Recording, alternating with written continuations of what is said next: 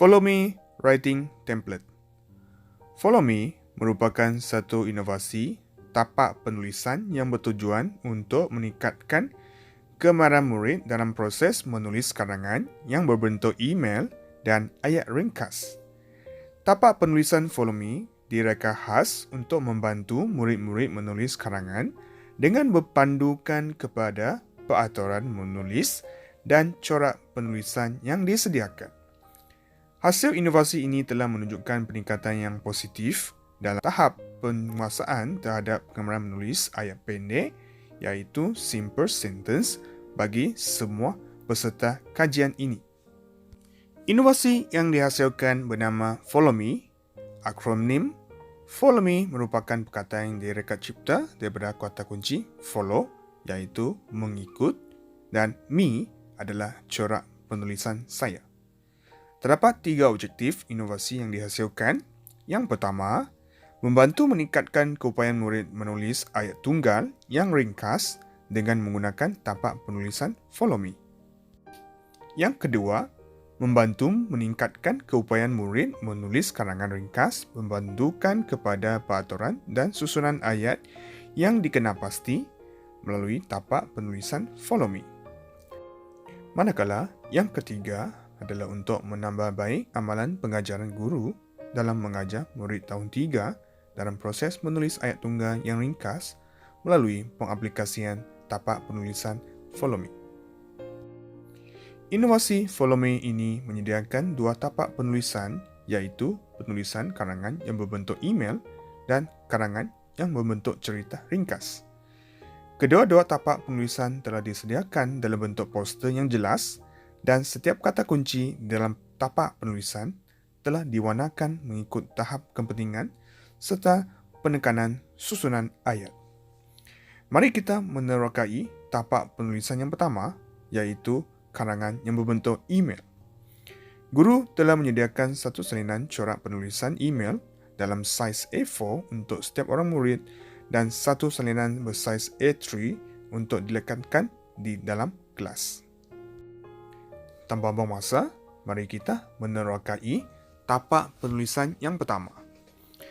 Tapak ini dibahagikan kepada 3 bahagian, iaitu 3 perenggan. Perenggan pertama, kedua dan ketiga. Yang pertama berbunyi Introduction. Hi, how are you?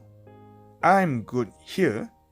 I hope you are in the pink of health with your beloved family. I want to tell you about 3 foods that you can eat. Murid-murid akan menulis dengan berpandukan kepada corak penulisan perenggan pertama yang diberikan, iaitu murid akan memberitahu pembaca apa yang akan disampaikan dalam penulisan email tersebut. Maka, murid akan menulis setiap ayat mengikut urutan. Maksudnya semua murid sama, kecuali perkataan yang digariskan akan ditukarkan mengikut kesesuaian tema ataupun kehendak soalan. Ya, bermaksud, kita boleh tukar foods that you can eat to the place you can travel, the things you can buy, dan sebagainya. Seterusnya, kita akan masuk ke perenggan yang kedua, di mana yang dinamakan sebagai content, yang berbunyi, first of all, you can eat laksa. It is very delicious and tasty. Then, you can eat nasi lemak. It is very spicy and crispy. Lastly, you can drink apple juice. It is very juicy and sweet. Perenggan yang kedua memberikan corak penulisan yang menekankan 3 isi dan 3 alasan, di mana alasan yang pertama dengan isi yang pertama warna merah, yang biru adalah isi yang kedua dan alasan kedua, dan hijau adalah isi yang ketiga dan alasan yang ketiga untuk huraian topik yang dipilih. Ia bermaksud murid akan menulis setiap ayat mengikut urutan isi alasan, isi alasan, isi alasan sehingga mencukupi 6 ayat ringkas. Sebelum menutup ayat terakhir dalam email, kita akan masuk ke perenggan yang ketiga, di mana bye and take care, that's all from me. Ini adalah dua ayat yang terakhir untuk masukkan ke dalam perenggan yang ketiga sebelum mengakhiri penulisan email. Berdasarkan tapak penulisan email ini, murid-murid dapat menghafal corak penulisan dan susunan ayat dengan betul dan baik, dan akhirnya mereka berupaya menulis satu email yang mempunyai 3 perenggan dan isi yang dihendaki. Seterusnya, kita akan beralih kepada tapak penulisan yang kedua, di mana tapak penulisan yang kedua lebih berfokus kepada karangan ringkas yang berbentuk cerita. Saya telah menghasilkan 2 versi, di mana versi watak lelaki dan versi watak perempuan. Satu salinan corak penulisan karangan ringkas dalam bentuk saiz A4 untuk setiap orang murid dan satu salinan bersaiz A3 telah dilekatkan di dalam kelas. Untuk makluman semua, tapak penulisan karangan ringkas ini dibagi kepada 3 perenggan. Perenggan pertama, kedua dan ketiga. Berdasarkan kehendak soalan dan tema soalan, murid-murid dapat memilih tapak penulisan yang berbentuk versi watak lelaki ataupun versi watak perempuan. Sekiranya memilih versi watak lelaki, kita akan mula dengan This is Kule. He is 10 years old. He lives in Taman Belaga. He is a good student. His hobby is jogging. He is tall and handsome. Seperti yang dipaparkan dalam perenggan pertama, kita akan memperkenalkan watak utama dalam perenggan yang pertama. Seperti This is Kule, di mana ini adalah nama watak lelaki. Selepas tu, He is 10 years old. Kita memperkenalkan umur watak tersebut. He lives in Taman Belaga. Kita akan tuliskan di mana watak utama ini tinggal. Selepas itu, he is a good student. Kita akan masukkan ciri-ciri watak utama tersebut. His hobby is jogging. Kita akan masukkan seterusnya, iaitu hobi watak utama. Dan akhir sekali, he is tall and handsome. Ini adalah ciri-ciri fizikal watak lelaki yang dipaparkan dalam gambar soalan.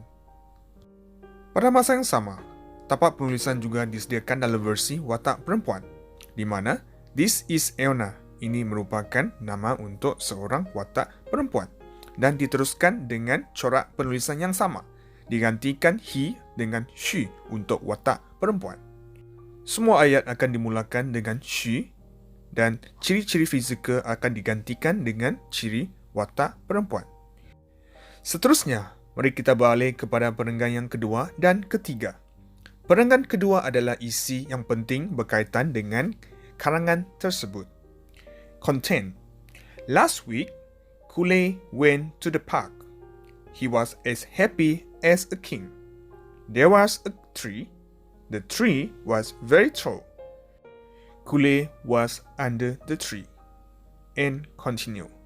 Maksudnya kita akan sambung lagi ayat-ayat yang simple di sini. Berdasarkan corak penulisan untuk perenggan yang kedua, kita dapati dia memula dengan last week, di mana sesuatu yang telah berlaku menggunakan simple past tense.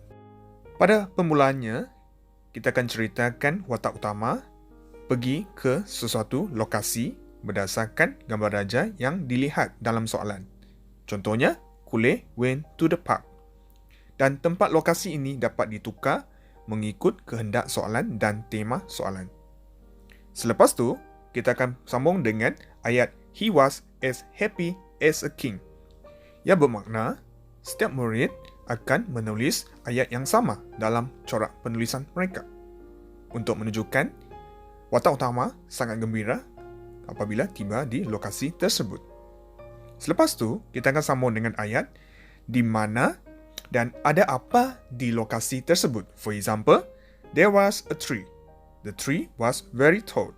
Yang menunjukkan lokasi tersebut mempunyai pokok dan pokok sangat tinggi. Seperti anda lihat, ayat-ayat yang dihasilkan merupakan ayat tunggal, simple sentence yang senang yang dapat murid menulis. Selepas tu, kita akan sambung dengan ayat Kule was under the tree dan seterusnya. Selepas ni, ayat-ayat terpulang kepada murid-murid untuk tambah ke dalam perenggan yang kedua. Mari kita beralih kepada perenggan yang ketiga. Perenggan ketiga merupakan penutup bagi karangan ringkas yang dihasilkan, di mana closure, Kule was very happy. It was an unforgettable day for him. Di mana kita menunjukkan watak sangat gembira apabila melawat tempat tersebut ataupun mencapai sesuatu maklumat, dan seterusnya, it was an unforgettable day for him, yang menunjukkan murid-murid dapat menulis satu perkataan yang lebih susah ataupun lebih advance untuk penutupan. Okey, bagi perasaan watak dalam karangan tersebut. Ia bermakna murid-murid akan mengikut corak penulisan perenggan ketiga seperti dalam gambar raja ini. Kule, watak utama, dan seterusnya murid akan menulis berdasarkan corak penulisan yang disediakan bagi semua murid. Kemahiran menulis ayat tunggal yang ringkas perlu menjadi titik tolak dalam pendidikan bahasa Inggeris. Ia perlu diperkukuhkan dan diperluaskan, terutamanya pelibatan dan penguasaan murid. Marilah sama-sama mempergiatkan inovasi yang berkaitan dengan penggunaan tapak penulisan Follow Me dalam meningkatkan penggunaan inovasi dalam pengajaran dan pembelajaran bahasa Inggeris sebagai rutin mengajar seharian. Sekian, terima kasih.